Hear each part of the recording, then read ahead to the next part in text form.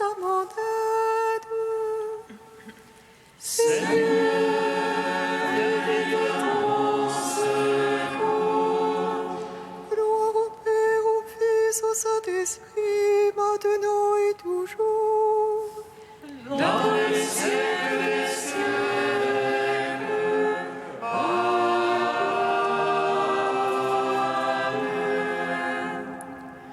À la troisième heure du jour. Seigneur Tout-Puissant, sur tes apôtres tu envoyas le Saint-Esprit. Fais-en ta bonté qu'il ne s'éloigne pas de nous, mais renouvelle et illumine nos cœurs. Pose sur nous ton regard, pénètre-nous de ta splendeur. Que ton esprit nous fasse goûter ce qui est toi, qu'il redresse ce qui dévie et unisse. Ton peuple dispersé par le péché.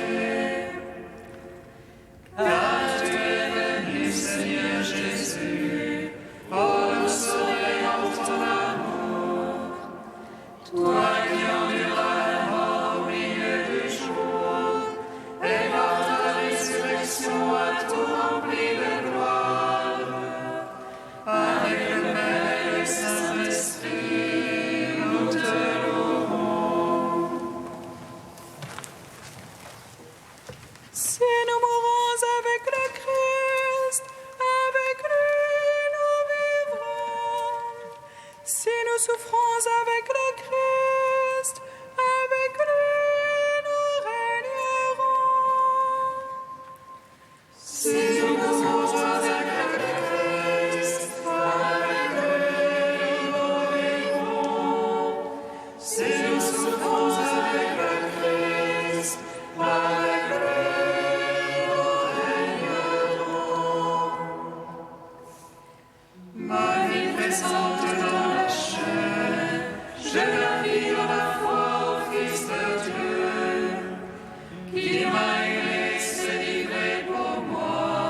Ce n'est plus moi qui vis, mais le Christ qui vit en moi. Si nous mourons avec le Christ, avec lui nous vivrons. Si nous souffrons avec le Christ, avec lui nous régnerons.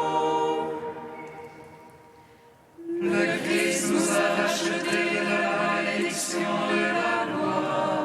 Il est devenu malédiction pour nous sauver, afin que tous puissent recevoir en lui la bénédiction que Dieu avait donnée à Abraham. Si nous mourons avec le Christ, avec lui nous vivrons. Si nous souffrons avec le Christ, avec lui nous régnerons. Psaume 118, strophe 7. Un cantique pour moi, Seigneur, ta parole.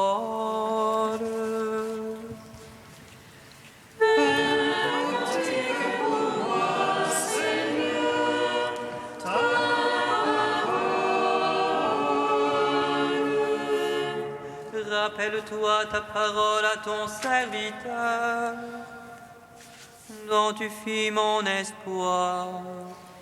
Voici la consolation dans ma misère. Ta promesse me vivifie. Les superbes m'ont bafoué à plaisir. Sur ta loi je n'ai pas fléchi. Je me rappelle tes jugements d'autrefois. Seigneur, je me console. La fureur me prend devant les impies, qui délaissent ta loi. Cantique pour moi avec tes volontés.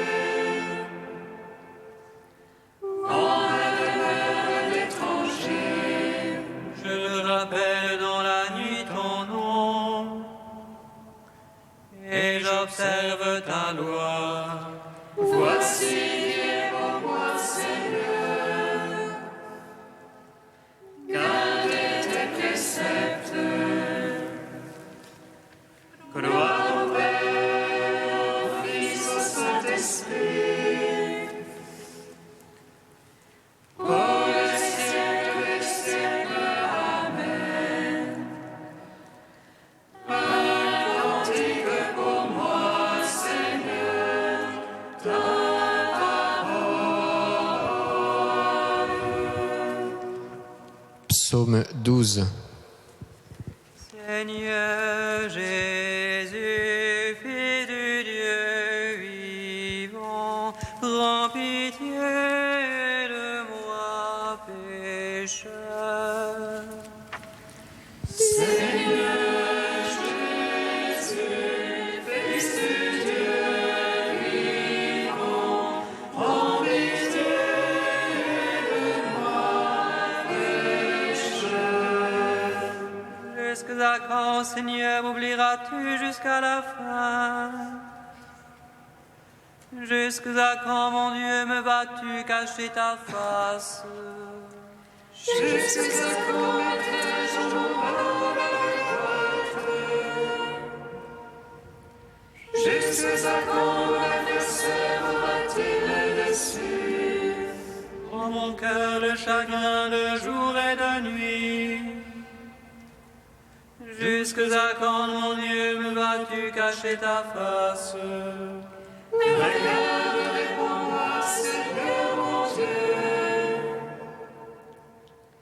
Illumine mes yeux que dans la mort je ne m'endorme. Que l'adversaire ne dise je l'emporte sur lui. Que l'oppresseur n'exulte à me voir chanceler. Pour moi, Seigneur, en ton amour je me confie. Que mon cœur exulte à venir en ton salut. Que je chante au Seigneur pour le bien qu'il m'a fait. Que je joue pour le nom du Seigneur le Très-Haut. Gloire au Père, au Fils, au Saint-Esprit. Pour les siècles des siècles, Amen. Seigneur Jésus, Fils du Dieu vivant, prends pitié de moi, pécheur. Psaume 13. L'insensé a dit dans son cœur, non plus de Dieu. Corrompus, abominables leurs actions, non plus d'honnête homme. Des cieux, le Seigneur se penche vers les fils d'Adam, pour voir si en état insensé, l'un qui cherche Dieu. Tous ils sont dévoyés, ensemble pervertis. Non, il n'est plus d'honnête homme, non plus un seul. Ne savent-ils tous les malfaisants, ils mangent mon peuple. Voilà le pain qu'ils mangent, ils n'invoquent pas Dieu. Alors ils seront frappés d'effroi, sans cause d'effroi. Car Dieu pour la race du juste, le Seigneur est son abri. Vous bafouez les fils des petits, mais le Seigneur est son abri. Il donnera le Sion le salut d'Israël, le Seigneur amènera son peuple. Lorsque le Seigneur amènera son peuple, allégresse à Jacob et joie pour Israël. Gloire au Père, au Fils, au Saint-Esprit, pour les siècles des siècles. Amen. Seigneur Jésus, Fils du Dieu vivant, prends pitié de moi, pécheur. Cantique de Jonas, page 329. Dans ma détresse, je crie vers le Seigneur et lui me répond. Du ventre des enfers, j'appelle, tu écoutes ma voix. Tu m'as jeté au plus profond du cœur des mers, et le flot m'a cerné.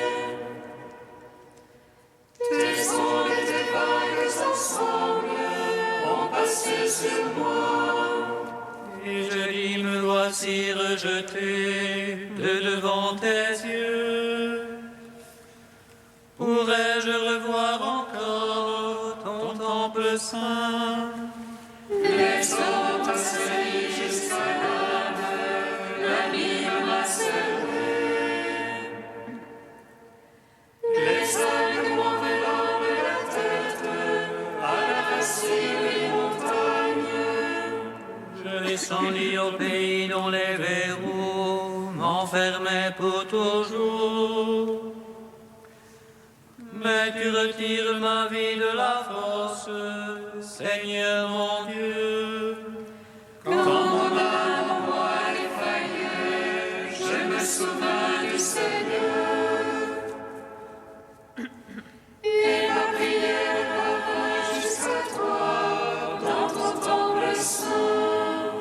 Les servants de vaines idoles perdront leur faveur, mais moi je t'offrirai des sacrifices d'action de grâce. J'accomplirai les vœux que j'ai faits, du Seigneur vient le salut. Rendons gloire au Père Tout-Puissant, à son Fils Jésus-Christ le Seigneur, à l'Esprit qui habite en nos cœurs, pour les siècles des siècles. Amen.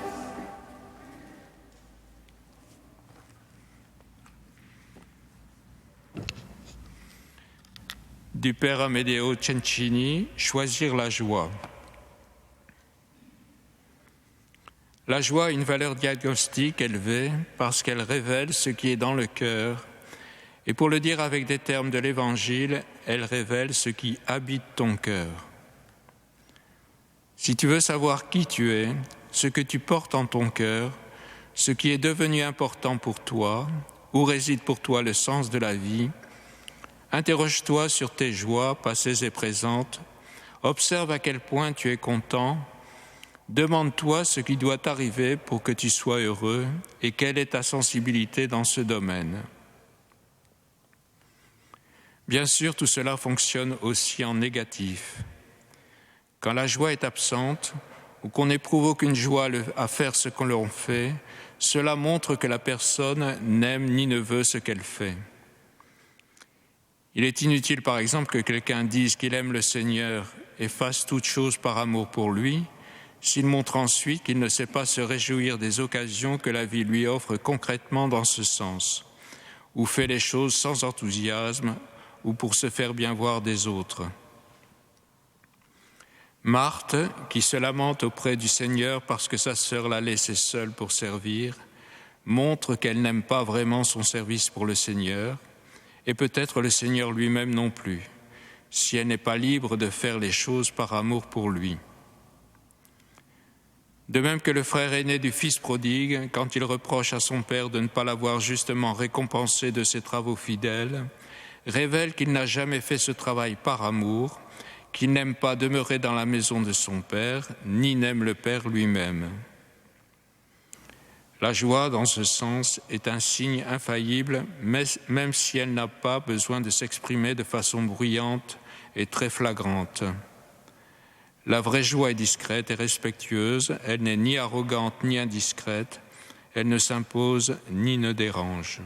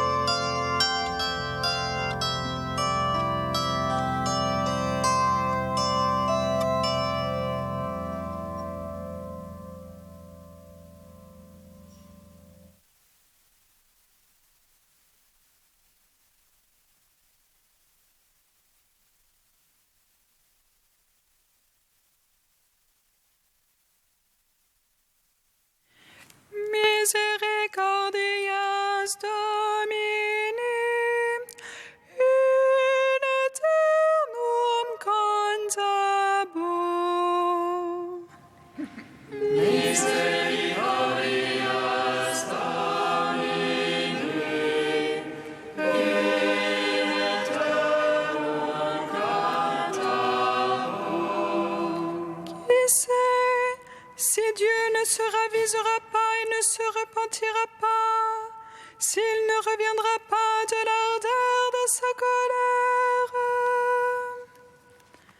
Misericordias Domini, in aeternum cantabur.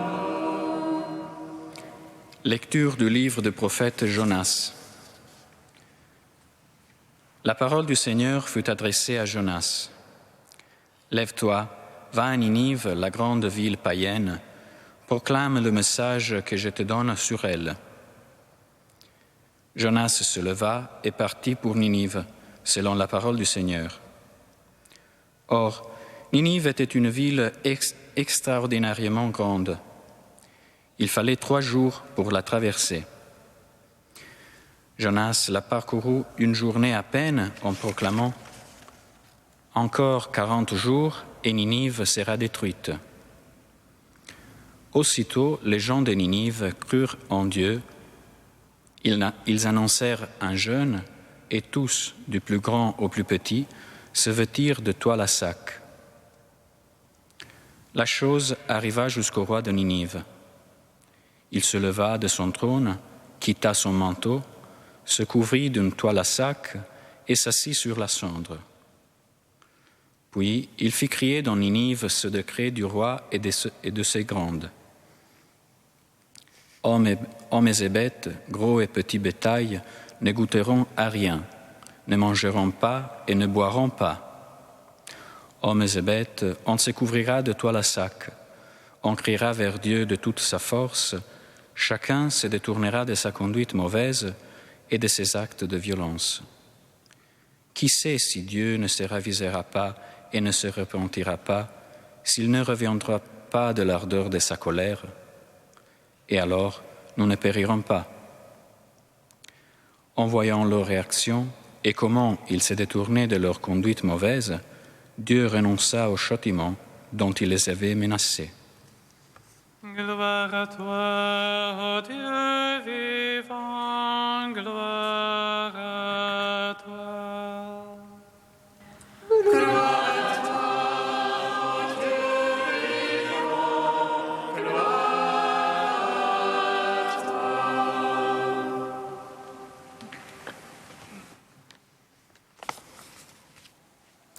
Chers frères et sœurs, quelle conversion étonnante qu'est celle des Ninivites. Mais qu'y a-t-il de plus étonnant? Qu'un païen ait besoin de conversion ou qu'un croyant en ait besoin? Si vous me permettez de prendre la totalité du livre de Jonas, je crois qu'on pourra voir le plan de Dieu pour une conversion moins spectaculaire, mais beaucoup plus profonde. La nôtre, si nous acceptons le défi de Dieu et si nous ne fâchons pas contre lui comme Jonas. Dans le premier chapitre, Dieu appelle Jonas pour aller annoncer à Ninive que la mesure de son iniquité est comble et que la ville sera détruite. Jonas ne veut pas accomplir la tâche et a fui Dieu vers la ville de Tarsis, où la parole de Dieu et sa gloire sont inconnues. L'auteur ne nous explique pas le pourquoi de ce refus, et il faudra attendre le chapitre 4 pour le comprendre. En effet, juste après le récit de la conversion des Ninivites que nous venons d'entendre, Jonas se fâche contre Dieu parce qu'il avait soupçonné dès le début que Dieu se serait repenti devant la conversion des Ninivites. Il ne voulait pas être complice d'un acte de miséricorde adressé aux ennemis d'Israël par excellence. Dieu veut amener Jonas à faire une distinction entre acte et personne, pour vivre pleinement la miséricorde et l'amour qui sont propres à Dieu et l'inviter par là à vivre de sa propre vie. la même question est en jeu entre nous chrétiens et Dieu, beaucoup plus souvent que nous ne le pensons. Un certain nombre de chrétiens ne se sont-ils pas égarés après les actes de violence vécus ici à Paris il y a peu de temps, en jugeant les personnes à la place des actes? Il y a quelques années, émettant l'hypothèse de se retrouver en paradis avec Adolf Hitler, un pieux florentin m'a répondu « Ah non, si j'arrive au paradis et j'y trouve Hitler, je m'en vais ». Parfois, il est difficile de distinguer entre la personne et ce qu'il a fait. Mais pourtant, il faut toujours se rappeler que c'est le jugement sur les actes qui nous appartient. Le jugement sur les personnes est réservé à Dieu, le seul qui connaît les cœurs. Notre Dieu, c'est un Dieu qui veut nous faire sortir de nos limites. Et c'est là qu'il se joue la bataille d'une vraie et profonde conversion. Écoutons notre bien-aimé pape émérite Benoît XVI l'expliquer mieux que moi dans son livre « L'enfance de Jésus » au chapitre sur la présentation au temple. Dieu est amour. Mais l'amour peut aussi être haï quand il exige que l'on sorte de soi-même pour aller au-delà de soi. L'amour n'est pas une sensation romantique de bien-être. La rédemption n'est pas wellness, un bain d'autocomplaisance, mais une libération de l'être compressé dans son propre moi. Cette libération a pour prix la souffrance de la croix. Dans le 4e chapitre du livre de Jonas, on peut entendre Dieu lui demander « As-tu raison de te fâcher ?» Et un peu plus loin encore, « As-tu raison de te fâcher pour ces ricins ?» En se renfermant dans nos clichés, on peut répondre comme Jonas « Oui, j'ai bien raison d'être fâché à mort. » Mais alors Dieu nous répondra comme à lui. « Toi, tu as pitié de ce ricin qui ne t'a coûté aucun travail et que tu n'as pas fait grandir, qui a poussé en une nuit et en une nuit a disparu. Et moi, comment n'aurais-je pas pitié de Ninive, la grande ville, où, sans compter une foule d'animaux, il y a plus de 120 000 êtres humains qui ne distinguent pas encore leur droite de leur gauche? Seigneur, enseigne-nous ta miséricorde. Enseigne-nous à aimer ceux qui nous haïssent. Enseigne-nous à sortir de nos limites pour vivre dans la liberté de ton amour.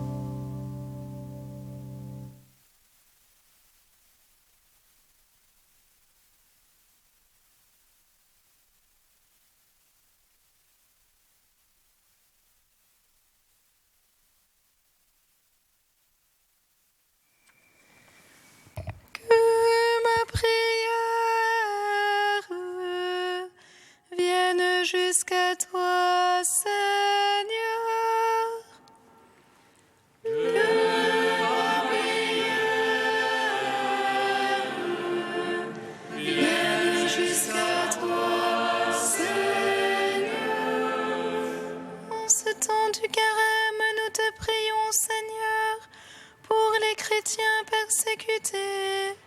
Sois leur force et leur espérance. Que la prière vienne jusqu'à toi, Seigneur. En ce temps du carême, nous te prions, Seigneur, pour les chrétiens au service de leurs frères souffrants. Sois leur compassion et leur douceur. Que la prière vienne jusqu'à toi, Seigneur. En ce temps du carême, nous te prions, Seigneur, pour les hommes qui ne te connaissent pas. Sois la lumière sur leur chemin de vie, afin d'être leur paix. Que ma prière vienne jusqu'à toi, Seigneur. Ô Dieu saint, ô Dieu fort, ô Dieu immortel, aie pitié de nous.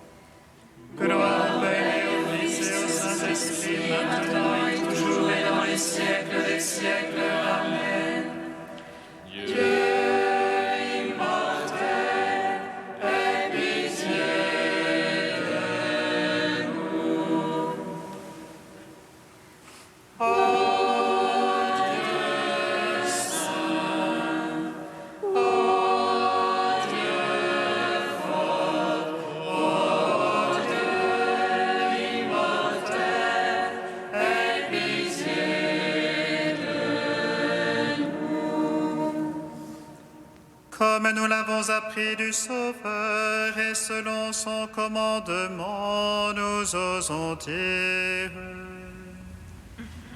Notre Père qui es aux cieux, que ton nom soit sanctifié, que ton règne vienne, que ta volonté soit faite sur la terre comme au ciel. Donne-nous aujourd'hui notre pain de ce jour. Pardonne-nous nos offenses, comme nous pardonnons aussi à ceux qui nous ont offensés. Et ne nous soumets pas à la tentation, mais délivre-nous du mal.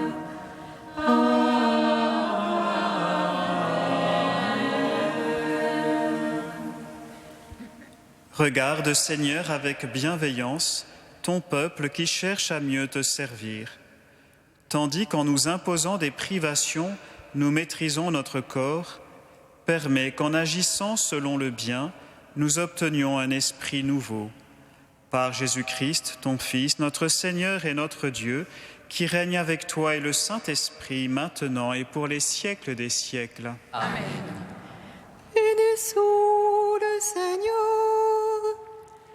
Nous rendons grâce à Dieu.